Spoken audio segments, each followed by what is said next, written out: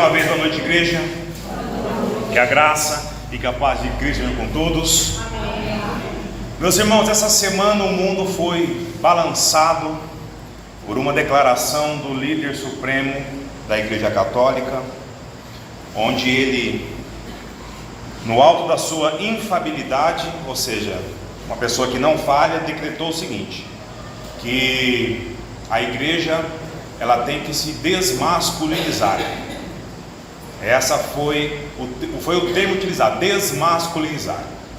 Ou seja, a Bíblia ela é pautada em cima das ordenanças de Deus, passada para o homem como o responsável pela sua mulher, pela sua família, por tudo. Como o cabeça da igreja é Cristo Jesus, o cabeça da família é o marido.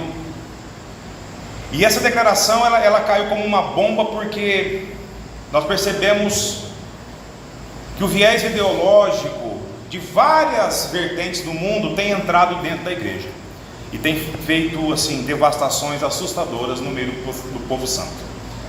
E hoje nós veremos um tema, irmãos, que tem levado não só casamentos, mas famílias a situações muito complicadas, e a sociedade como um todo de uma forma muito complicada, gerando muitos problemas, muitas dores de cabeça para muita gente, que é o feminismo. Abra sua Bíblia em 1 Coríntios capítulo 11.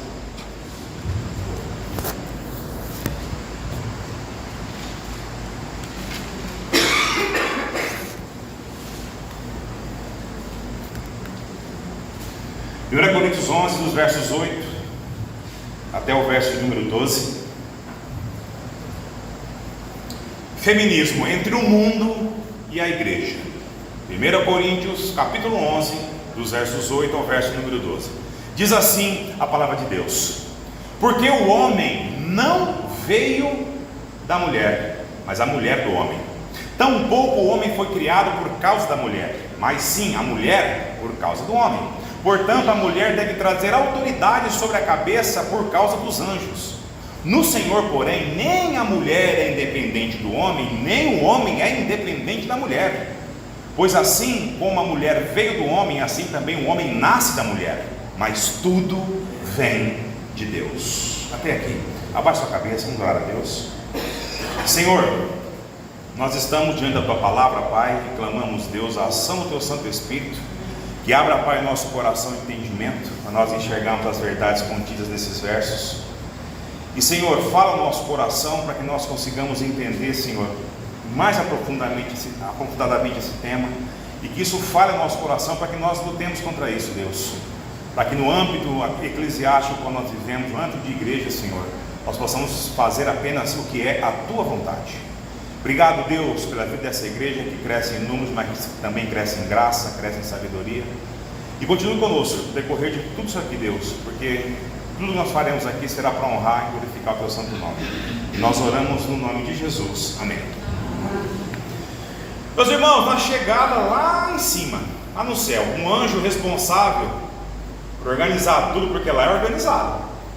Lá se tem uma coisa que é organizada. Ele grita assim, ó: muito bem, pessoal, vamos organizar tudo isso aqui, ó, aquele monte de gente chegando, vamos organizar em duas filas. Vocês, homens que sempre dominaram as suas mulheres, com pulso forte, liderando, façam uma fila aqui, ó, do lado esquerdo. Todos os homens foram lá e tal.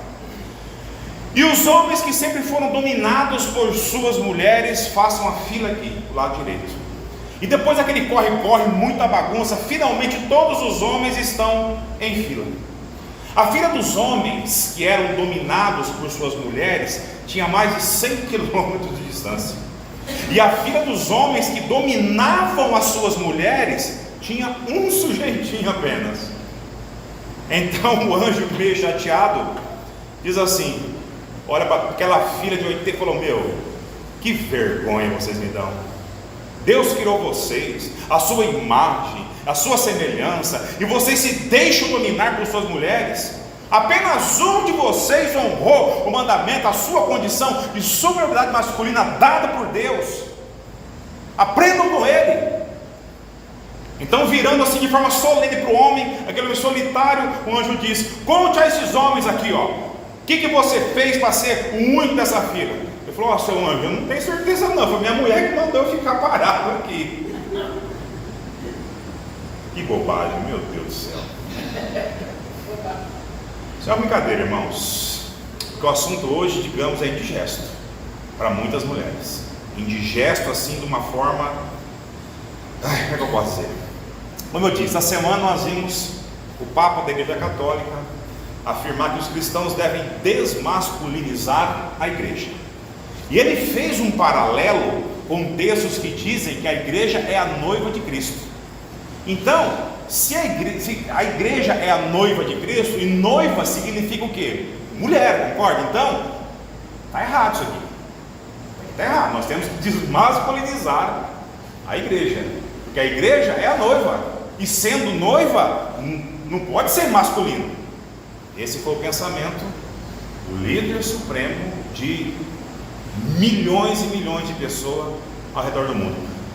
É nítido, nós sabemos o viés teológico nas falas dele, que na verdade revela a concordância, ou pelo menos a tolerância, com, não só com esse problema, mas com tantos outros que está assolando o âmbito de igreja, que é o feminismo. Hoje nós veremos de um modo um pouquinho mais aprofundado esse movimento, que ele é totalmente secular, mas que também ele está presente, irmãos, e infelizmente ganha muita força a cada dia dentro das igrejas cristãs e espalhado no mundo inteiro. Não é privilégio nosso só não. Vamos ver a origem, os ideais, o que reivindica esse movimento, segundo o padrão que o próprio mundo estabelece para ele, e também veremos o padrão a qual o Senhor, o nosso Deus, enxerga tudo isso. E antes de mais nada, nós precisamos entender um pouco sobre o início desse movimento aqui, senão não vai fazer sentido nenhum. Movimento chamado feminismo. Como que começou tudo isso aí? Nem as feministas sabem. E os impactos que causam na sociedade e na igreja são avassaladores. O movimento feminista bebeu nas fontes do chamado marxismo cultural. O que é isso? Onde o seu representante maior, o seu maior expoente desses ideais, chama-se Karl Marx. Ele é o precursor, irmãos, nada mais nada menos das ideias que compõem o comunismo e o socialismo. E temas como os quais estão bem em alta hoje em dia. Se você abrir sua rede social, você só vai ver gente em discussão sobre isso. E o feminismo tendo seu início, obviamente, onde? Fora da igreja. Lá no século XVIII, mais ou menos. E olha, a partir de um panfleto, um papelzinho, escrito por uma inglesa chamada Mary Wollstonecraft. Olha o nome dela, Mary Wollstonecraft. E ganhou apoio esse papelzinho. Ganhou apoio, ganhou força e adeptos nos séculos seguintes. Começou primeiro lá no continente europeu. Aí começou o negócio quando a coisa é do lado de lá, irmãos, não precisa fazer força não, a coisa vai sozinha. As coisas de Deus parece que a gente tem que lutar, mas o que é errado domina muito rápido. Aí outras mulheres, como Olympe de Gaulle, Simone de Beauvoir, sempre na sequência, e aqui já nos Estados Unidos, aqui no século XIX, mais próximo da gente, e por volta do ano 40 mais ou menos, uma senhora chamada Betty Friedan. Depois ainda uma outra representante importante, Kate Millett. Se você quiser depois dar um Google, vocês vão entender bem aprofundadamente o que essas mulheres fizeram. E onde esses conceitos aqui de feminismo eles foram popularizando entre as mulheres lá dos Estados Unidos, que baseavam esses ideais, aquilo que representava esse movimento que veio lá da Europa, para os Estados Unidos, buscava o melhor equilíbrio entre a posição do homem e da mulher, perante todas as esferas da sociedade a qual estavam inseridos. O que elas queriam? Elas queriam dar à mulher os mesmos direitos que os homens tinham, em um contexto onde de fato, meus irmãos, elas eram diminuídas, barradas a participar de posições na política, na economia, na educação e assim por diante. Esse era o contexto. Meus irmãos, até aqui na esfera social, a qual a luta acontecia, como cristão, nós não temos o que se opor, muito pelo contrário. pois a realidade era de fato muito desigual entre o homem e a mulher. O salário do homem pelo mesmo tipo de serviço era muito mais alto que a mulher. Quando acontecia um adultério dentro de uma família, se era o marido, era jogado para debaixo do pano. Se era a esposa, pronto, acabou o mundo. O problema real teve seu início quando o movimento feminista chega até as fronteiras da igreja e ultrapassa. Até então esse movimento não tinha um nome definido, mas ele vai ganhar um nome dado por essa escritora norte-americana que eu acabei de citar, Kate Millett. E o que significa isso pela visão dela? A luta contra o patriarcado, ou seja, desmasculinizar o negócio. Para essa mulher aqui, Kate Millett, patriarcado era o domínio social do homem. Era só, não, isso aqui só o homem manda, que negócio é esse? Era o domínio social do macho, sobre a inferioridade da fêmea, da mulher, sendo a razão do que? O descontentamento das mulheres. É óbvio, se você planta isso na cabeça de uma mulher que está longe de Deus, você vai fervilhar. E o patriarcado passa a ser a razão da opressão do gênero feminino, sendo causador de infelicidade da grande maioria dessas mulheres. E a única forma de trazer contentamento às reivindicações que elas faziam seria através do que? Vamos acabar com o patriarcado, vamos desmasculinizar tudo, vamos destruir o patriarcado bíblico, que estaria infiltrado na sociedade, mas principalmente no valor da igreja, no valor meu e seu como cristão. Dessa maneira surge o movimento feminista, a qual nós conhecemos hoje. Mas tudo isso, irmãos, diz respeito apenas ao movimento fora da igreja, lá fora. E agora, nos que diz respeito a mim e a você como servos, mas principalmente com as servas de Cristo, começa o problema. Começa o problema dentro da igreja. Por volta de 1950, mais ou menos, uma evangélica chamada Catherine Bliss escreveu um livro chamado O Trabalho e o Status da Mulher na Igreja, onde ela se baseou toda essa influência marxista que gerou todo esse movimento de equilíbrio social entre homens e mulheres dentro da sociedade, a qual eu repito aqui, até aqui a divisão entre mundo e a igreja nós não tínhamos nada contra. Mas quando começou o combate ao patriarcado bíblico, machista, opressor, que se dá dentro do âmbito da igreja, aí a coisa mudou de figura.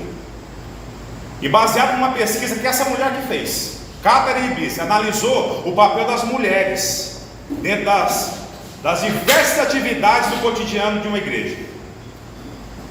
E com o olhar desses conceitos aí feministas, que reivindicava uma igualdade de papel entre homem e mulher na sociedade, ela passou a questionar a falta de mulheres em posições de liderança dentro da igreja, a qual apenas homens ocupavam. Como vamos lá? Pregação, cargos administrativos, cargos ministeriais e por aí em diante, rebatendo apenas funções de menor apreço. De menor apreço, ela contrariava tudo. Mulher tem que ser, deixam só como professora de classinha, de escola bíblica, ministério de mulheres. Não, nós queremos dominar a igreja, nós queremos acabar com o patriarcado, queremos igualdade. Aí começaram a reivindicar o quê?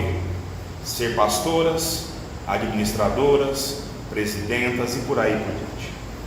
E tudo isso debaixo de uma crença real que seria sim a vontade de Deus, uma vez que a sociedade absorveu e incentivou o feminismo, na igreja também deveria ser a mesma coisa. Enfim, esse aqui é o contexto do feminismo fora e dentro da igreja, segundo o padrão, segundo a ótica do mundo. Nós sabemos a opinião das pessoas quando se fala sobre isso.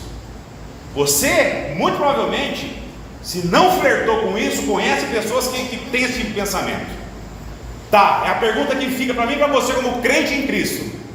E o padrão de Deus? Aonde fica? O que será que Deus acha de tudo isso que está acontecendo? Lá fora, mas principalmente aqui dentro. Mantenha a sua Bíblia aberta, irmãos, por favor, e leia comigo o verso 8. Porque o homem não veio da mulher, mas a mulher do homem. Meus irmãos, nós sabemos que a ordem da criação de Deus, desde lá do Éden, é que a mulher foi criada para auxiliar o homem.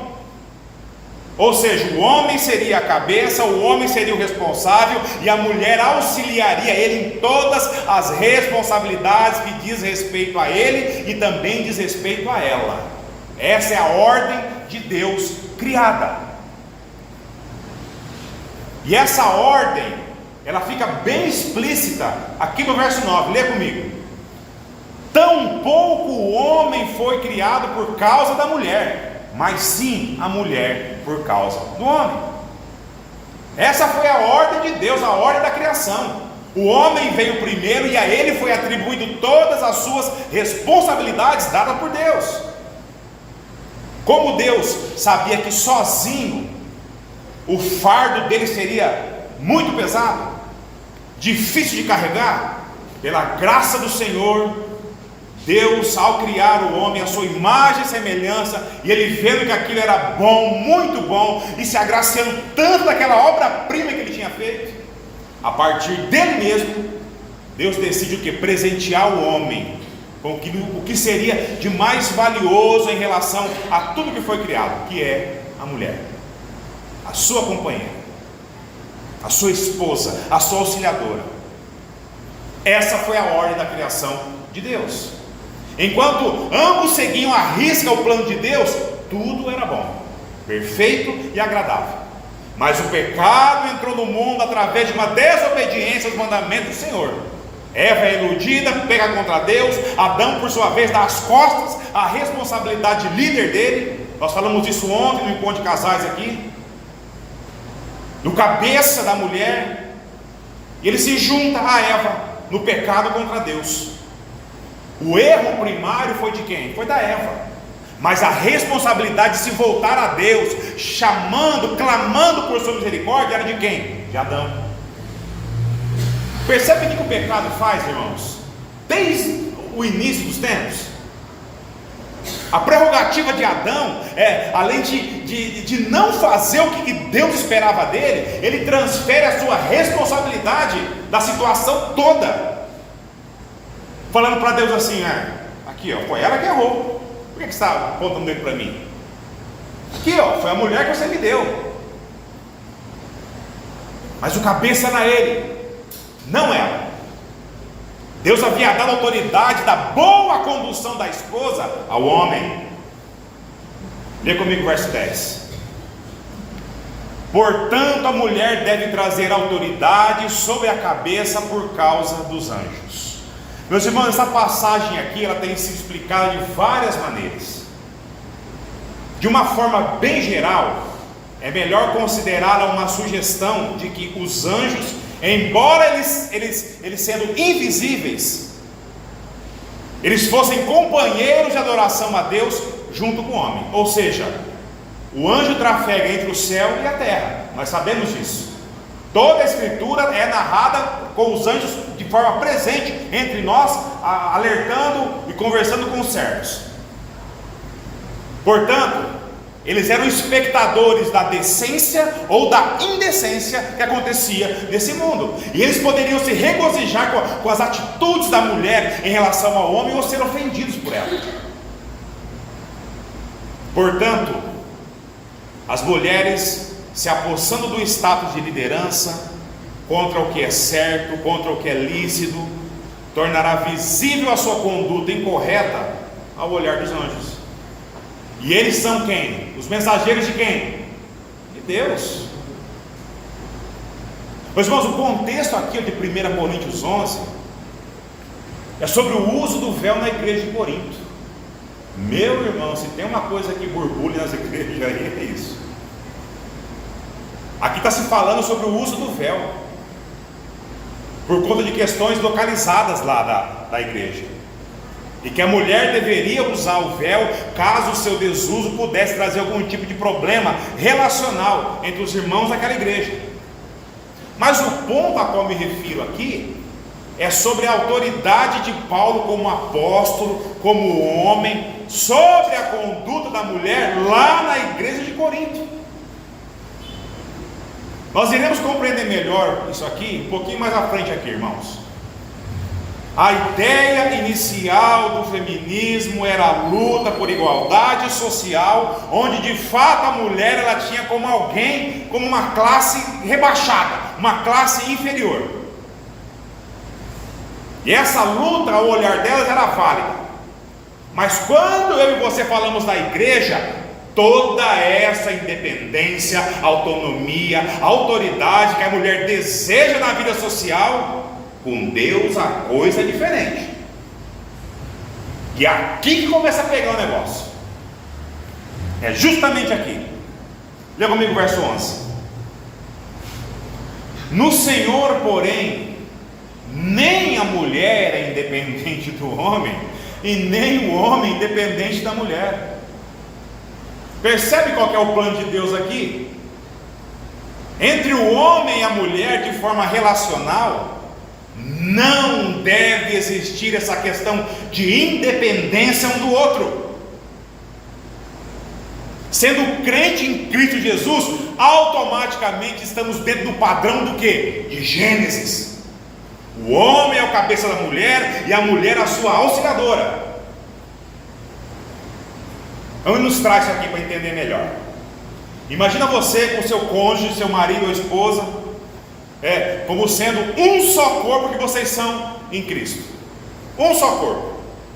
E lembre-se, para Deus nós somos assim.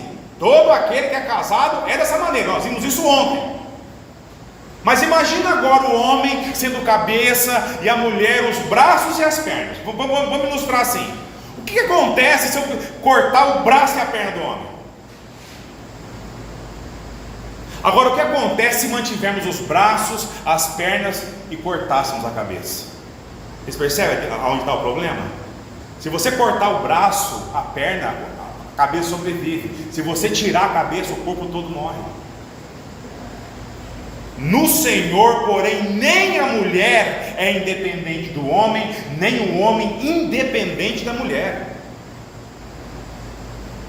Você que é casado, você quer ter sucesso na sua vida conjugal, no seu casamento? Viva essa ordenança de Deus na prática, irmãos, que você vai ver o que vai acontecer. Por isso que eu encorajo os casais, e não só os casais, todos aqueles da igreja que têm que saber sobre o que é a vontade de Deus nessa área relacional, estejam presentes nos nossos eventos. Muito importante isso, para você e para também aconselhar os demais da família. Mas como que nós vivemos de verdade na minha e na sua vida prática? Será que eu penso nos braços e nas pernas do meu corpo? Ou eu penso só na minha cabeça? Será que eu dou valor à minha cabeça igual eu dou para a minha perna e para os meus braços? Irmãos, entre um homem e uma mulher não deve haver espírito de rivalidade, de competição.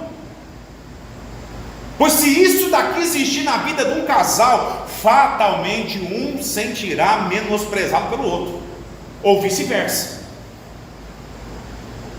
Fatalmente vai acontecer. Sabe, falando sobre esse aspecto de confusão que há entre as responsabilidades do homem e da mulher perante a vontade de Deus, nós estamos vendo exatamente esses encontros. Um não sabe muito bem quais são as suas responsabilidades, consequentemente vai fazer o outro ignorante sobre o assunto. Vai fazer nele o quê? Cultivar sentimentos do quê? De rivalidade, de justiça própria, de recompensa, por se achar o quê? Taxado pelo outro como alguém inferior. Quantos casamentos dentro da igreja é assim? O que acha que isso vai acontecer? Aonde você acha que isso vai parar? Dá um exemplo aqui, ó. Deus criou o homem como cabeça da mulher, e quais seriam as implicações disso na forma prática? Meus irmãos, segundo a ótica de Deus, o homem é responsável em amar a sua esposa como Cristo amou a igreja. E o que isso significa? Ser atencioso, ser zeloso, ser amoroso, protetor, ser provedor do lar, ser o sacerdote do lar, ser um bom pai, um bom esposo, um bom amante. Saber a hora certa dentro da família do lar de ser duro, mas também saber a hora certa de ser amável, de ser tolerante, saber a hora certa de se antecipar um problema, saber a hora certa de chegar, sabe? O homem, ele tem que ser capaz de se sacrificar por sua esposa. E a vida nossa é assim hoje? Pensem aí, mulheres, servas de Deus, e os irmãos. Então vamos lá. O homem peca em algumas dessas áreas sensíveis de um relacionamento, e a mulher, sua auxiliadora, que de forma prática deveria respeitá-lo, aconselhar ele, conduzi-lo a ser compreensiva, saber a hora certa de falar a verdade, mas saber como falar a verdade em amor, saber bons tratos com o marido, com o filho, com a casa, com os afazeres do dia a dia, ser uma boa administradora de toda a circunstância dentro do lar. E ser tudo isso, irmão, sabe para quê? Não é para a vanglória do marido, é para a honra e glória de Deus, por amor a Cristo, por amor ao seu cônjuge. Ela olha o comportamento do seu parceiro e não enxerga nada do que o marido devia fazer. Aí ela o que? Ela é infectada por esses ideais feministas que o mundo prega aí. Fica lá, dia e noite no celular, só lê a Bíblia, jamais, mas rede social, só enchendo de bobagem na cabeça, todo santo dia, de forma deturpada. E detalhe, dentro da igreja. O que você acha que vai acontecer no seu trato diário com o seu parceiro? Crise, é óbvio. Ela se sente o que? Menosprezada, ela se sente inferiorizada, e muitas vezes com razão, sim. Pois o que era para o marido fazer, o que o cônjuge tinha que ser responsável, ele também não está nem aí. Aí a mulher faz o que? Não, chega, vou dar meu grito de independência. Eu vou arrumar um emprego, eu vou trabalhar fora, eu vou me cuidar, eu vou me proporcionar alguns prazeres que ele não está nem a fim de ver isso comigo. Enfim, eu não vou depender nunca mais. Mas olha, se tem uma coisa que eu prometo ao Senhor, ela fala assim: prometo a Deus que nunca mais eu vou depender desse traste aí. Tá bom, muito bom. Nossa, discurso perfeito segundo a ótica do mundo. E a vida começa a seguir seu curso, e os dias vão passando, e a mulher, sem perceber, está trazendo para si, trazendo para cima dos ombros, responsabilidades que não são delas. O que você acha que vai acontecer? Sobrecarga, peso, fardo, jornada dupla, tripla às vezes. Lembra? A vida continua. E o padrão de Deus também continua. O fluxo natural das coisas também continua. E como é que a mulher está agora? Ela olha e fala: nossa, você nem vai me ajudar com isso. Nossa, você nem vai me ajudar com aquilo. Eu tenho que cuidar de tudo, tenho que cuidar da casa, cuidar dos filhos, a fazer isso, você. E agora eu tenho trabalho, tenho isso, tenho aquilo. Parece familiar isso para você, irmã? Irmão, soa familiar isso? Percebeu que a auxiliadora agora é ela que precisa de auxílio? E tudo por quê? Porque ela alterou a ordem dada por Deus. E por que ela fez isso? Porque o parceiro dela não sabe de fato que a responsabilidade é dele. E ao invés de ela ser sábia, auxiliadora, de ajudar o homem a ser o cabeça, ela decide separar a cabeça do resto do corpo, dos membros. Ela decide agora ser independente do corpo. O resultado agora é que ela vive às custas do que ela mesma batalhou para conquistar. Que no início, olha interessante, no início ela achava o quê? Injusto. E motivada por um sentimento feminista deturpado, agora ela se sente duplamente injustiçada. Olha a armadilha. Sendo que foi ela mesma que procurou isso. Irmãos, irmãs, por favor, entendam. Eu não estou aqui dizendo que a mulher não pode trabalhar fora. Não é isso. Que ela não pode ter autonomia em questões práticas do dia a dia. Muito pelo contrário.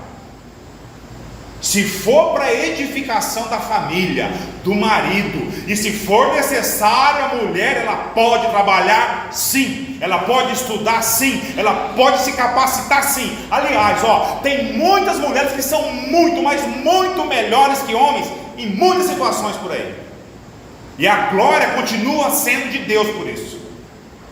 O que não pode acontecer,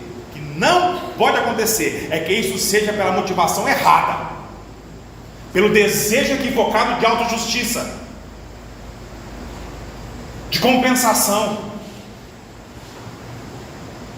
Meu parceiro não faz nada por mim, então eu vou me fazer. Os ideais feministas fazem isso dentro do casamento. E você acha que isso está longe de mim, de você, irmão? Não está. Não está. Eu e você, em alguma medida, nós fazemos isso. A gente, como marido, negligenciamos. E a mulher se sente menosprezada, infectada por que prega-se aí fora, mete os pés pelas mãos. E homens, a nossa parte é não provocar isso na minha e na sua esposa, nas nossas companheiras. É saber que você tem que fazer, o que você deve fazer, segundo a vontade de Deus. Amém, irmãos? Meus irmãos, só de você não dar motivo, já é meio caminho andado. Tem homem que eu vou ser sincero, e quando eu falo tem homem, irmãos, tô no bolo, viu? Eu me incluo. Não olha para mim como o santo dos santos, não, que eu não sou. Muito pelo contrário, eu me incluo. Tem homens que, olha, se esforçam, hein? Tem homem que, olha, eu vou falar a verdade, cara. Se você, irmão, não der motivo para que isso aconteça, já andou 50% do caminho do seu casamento. E nunca se esqueça, maridos, por ser a nossa responsabilidade perante Deus, é de nós que isso tudo vai ser cobrado. Não adianta falar, é ela que isso, não adianta. Para Deus isso não funciona, porque a ordem de Deus não mudou, quem mudou foi eu e você. Faça a sua parte. Como cabeça da mulher, ame a sua esposa como Cristo amou a sua igreja e morreu por ela. E mulheres, respeitem os vossos maridos, respeitem os vossos homens. Não transfira suas responsabilidades a ele, e nem traga sobre cima de si o que não te compete, o que não promove a edificação da família, o que não promove a glória de Deus dentro do seu lar. Pelo amor de Deus, irmãs, amém? O feminismo, na sua origem, dentro da sociedade injusta com as mulheres, ele é válido sim. Sabe por quê? Porque lá é o mundo. Lá é o mundo. Mas se tudo fosse igreja de Cristo, fiel a Deus, responsáveis pelos seus atos, não haveria necessidade de ser feminista. Mas o mundo não é assim, irmãs. Agora, você não pode confundir o mundo lá fora com o reino de Deus. Aqui não cabe. Nós somos um só corpo. Aqui nós temos uma cabeça só, que é o Senhor Jesus. E a vontade dele é que vivamos para fazer o outro feliz. Nós vimos isso ontem. E não a gente. Você ama seu marido? Você ama a sua esposa? É você que faz ele feliz e vice-versa. E não espera ser feliz. Amar é dar, não é receber. Você recebe porque você deu primeiro. E a recíproca sendo verdadeira. Então diz para mim, mulher, vamos lá, crentes em Cristo Jesus. Eu estou falando com irmãs que pela graça de Deus não passa por esses problemas em casa, né, irmãs? Responda para mim com toda sinceridade: para que serve o feminismo? Diz para mim. Nada. Pois tendo um marido que glorifica a Deus, é uma dádiva. Ter uma esposa que glorifica a Deus com sua vida é um privilégio. E ambos, os dois, juntos viverão para fazer sempre o outro feliz. O outro será sempre em primeiro lugar, com amor, respeito, responsabilidade, com fidelidade, com paixão, com companheirismo. Essa é a vontade de Deus para o homem e para a mulher, sem machismo e sem feminismo, mas com entendimento, irmãs e irmãos, entendimento que vem do alto, de Deus, para mim e para a sua vida. Amém, igreja? Não dá ouvido e sai fora, não. É isso que o verso 12 aqui afirma: não somos capazes de ser independentes um do outro. Lê o verso 12 comigo. Pois assim como a mulher veio do homem, assim também o homem nasce da mulher. Mas tudo vem da onde? De Deus. Nenhum é independente do outro. Desde a criação, o plano de Deus é perfeito. Um depende do outro, desde lá de Gênesis. E vai ser nos dias de hoje, e vai ser até o dia que Cristo voltar. Entende agora o que eu disse sobre o verso 10? Paulo, apóstolo de Cristo, com autoridade dada a ele pelo Senhor, instrui que a mulher deva fazer naquela situação que eu falei da igreja de Corinto, como um líder levantado por Deus, como responsável por aquela igreja, por aquela congregação. E graças a Deus que as mulheres da sua época deram ouvidos a ele. E a segunda carta que Paulo vai escrever àquela igreja, a igreja de Corinto, nos mostra, nos evidencia que não houve motivações feministas no coração daquelas mulheres. E olha que a partir dessa mulher aqui, Catherine Blaze, introduzir esses ideais dentro da igreja, porque foi ela que pegou lá de fora e trouxe aqui para dentro. O apóstolo Paulo, ministro do evangelho, dado pelas próprias mãos de Deus, do Senhor, com toda a autoridade que lhe cabe, vem sendo criticado, descredibilizado, tudo por ser tido como machista, como homofóbico. Tem pastores hoje sendo preso porque não pode pregar mais sobre nada. Não se iluda, irmão. Não se iluda, irmão. Ativismo feminino dentro da igreja, em 2 tempos, você estará contra a palavra de Deus. Preste atenção. Ah, pastor, mas isso acontece em todos os lugares. Sem perceber, você vai começar a ficar em oposição a Deus num monte de coisas na sua vida, e achando que você está fazendo certo. Porque ela olha para o marido é um banana, não faz nada. Ah, não, então eu tenho que fazer. Ela vai lá, arregaça a manga e trucida o marido, pisa por cima da cabeça dele. Não, ele não faz, eu tenho que fazer. Você está em oposição com Deus. Você tem que ajudar o seu marido a fazer. Essa é a vontade de Deus. E ela vai estar fazendo isso achando que está no centro da vontade de Deus, né? E ela caminha a passos largos, com um distanciamento cada vez maior do Senhor. O feminismo cristão fará, por exemplo, você ler muito mais coisas que o mundo promove do que a palavra de Deus. Uma mulher que concorda com esses preceitos aí, você pode entregar o livro mais maravilhoso do mundo para ela viver a glória de Deus na vida particular ou no casamento.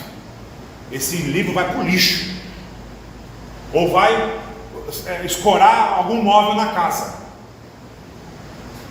Agora, 5 passos para a mulher independente do lar. Já decorou o livro. Caminhando a passos largos para longe de Deus, não está nem aí, achando que está no centro da vontade do Senhor. E ela se tornando cada dia mais serva do mundo do que de Deus. Ela começa a questionar mais e mais a cada dia o que é a vontade de Deus para a minha vida. Não se esqueça, jamais, todos que fizeram isso no decorrer da história, vocês sabem muito bem o que aconteceu. Basta ler as Escrituras.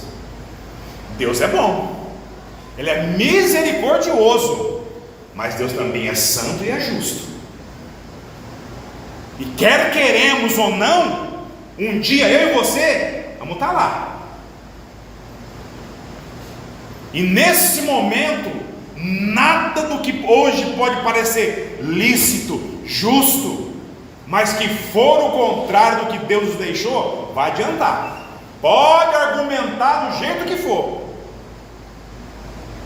Irmãs, de verdade, eu nunca sentei com as irmãs para conversar sobre um tema mais aprofundado no cotidiano das irmãs. Mas se você tem alguma luta nessa área aqui, irmã, entenda, esse problema não é comigo, não é com nenhum homem da igreja, é com o Senhor, que a palavra é dele, não é minha, eu só estou lendo e explicando.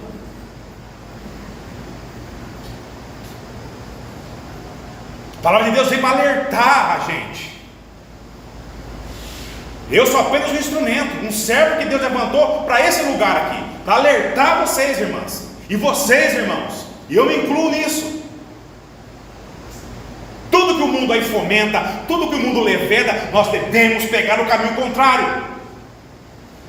Como homens, como servos de Deus, louvamos o Senhor pela vida de cada um dos servos dessa igreja. E se você está aqui, ouvindo tudo isso da parte de Deus, é porque Deus ama eu e você do jeito que Ele criou, irmão. Do jeito que Ele criou, irmão. E apesar de tudo que muitas vezes nós guardamos dentro do nosso coração, nós temos que ter acima de tudo isso Cristo Jesus. E Deus, Ele dá a oportunidade de redenção e perdão de todos os nossos pecados, inclusive esses, de não amar a esposa como Cristo amou a igreja, e da esposa achar que é superior ao marido, e agora eu sou independente, e ele que se lasque para lá. Da mesma maneira que Paulo exorta, ensina com autoridade, com amor aquelas irmãs da igreja de Corinto, isso se aplica a mim e a você aqui, irmãs e irmãos, dentro da minha e da sua vida, dentro dos nossos lares, com nossos maridos, com nossas esposas. O homem como cabeça, o responsável, vivendo para sua mulher, vivendo para ela, vivendo para sua família, fazendo a vontade de Deus, e a mulher dando toda a atenção, dando ouvidos, auxiliando ele em cada luta diária para ser vencida. Ele amando a sua esposa como Cristo amou a igreja. Irmãs, se o marido amar você como Cristo amou a igreja, eu duvido que você vai querer fazer qualquer coisa para desmanchar esse projeto de Deus, que a tua vida vai ser tão abençoada. Mas maridos, o líder é a gente, é nós que temos que fazer. Primeiro, Ele amando a esposa como parte mais frágil. Frágil não significa fraca. Frágil significa delicada, que requer mais cuidado, requer mais zelo. E ela respeitando ele como cabeça, auxiliando ele, sendo coerente com as responsabilidades com a família, seguindo o plano perfeito de Deus, para um relacionamento verdadeiro entre o homem e uma mulher. Sabe o que vai acontecer na sua casa, irmão? Sabe o que vai acontecer na sua casa, irmã? Deus vai ser glorificado. Amém? A glória de Deus será vista por todos, através da vida desse casal. O Evangelho vai ser pregado, vai ser ministrado, e o poder para salvar pessoas alcançarão. Deus vai abrir portas usando a vida desse casal, tendo esse homem e essa mulher como instrumento. Irmãos, comportamento machista em casa, por favor, né? Não. Troque esse comportamento machista pelo que Deus ordenou para a gente. Mulheres, muda essa forma de pensar. Se você tem algum namoro, alguma aspiração com essas ideias, abandona isso, irmã. Abandona. Pelo privilégio, troque isso pelo privilégio de ser pastoreada, cuidada, zelada, amada pela pessoa mais importante da sua vida. E viva plenamente o melhor que Deus tem para mim e para você, irmãs. Amém? O mundo aí vai se opor, pode ter certeza. O mundo vai bater cada vez mais pesado em cima. O mundo vai militar contra. Mas a família, a sua família vai agradecer, irmão. A sua família vai agradecer, irmão. A igreja do Senhor vai louvar o nome santo de Deus. E todos serão gratos ao Senhor pela graça dele na nossa vida. Sabe por quê? Porque no meio do seu casamento vai ser dado só a ele a honra e glória, através da minha e da sua vida. E sabe por quanto tempo? Pela eternidade. Porque eu e você estamos fazendo a vontade de Deus.